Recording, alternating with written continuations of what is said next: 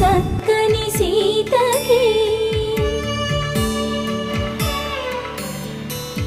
మమ్మీకి ఏం చేస్తున్నావు? గ్రాండ్ చేస్తున్నావా? ఏంటి గ్రాండ్ చేసేది?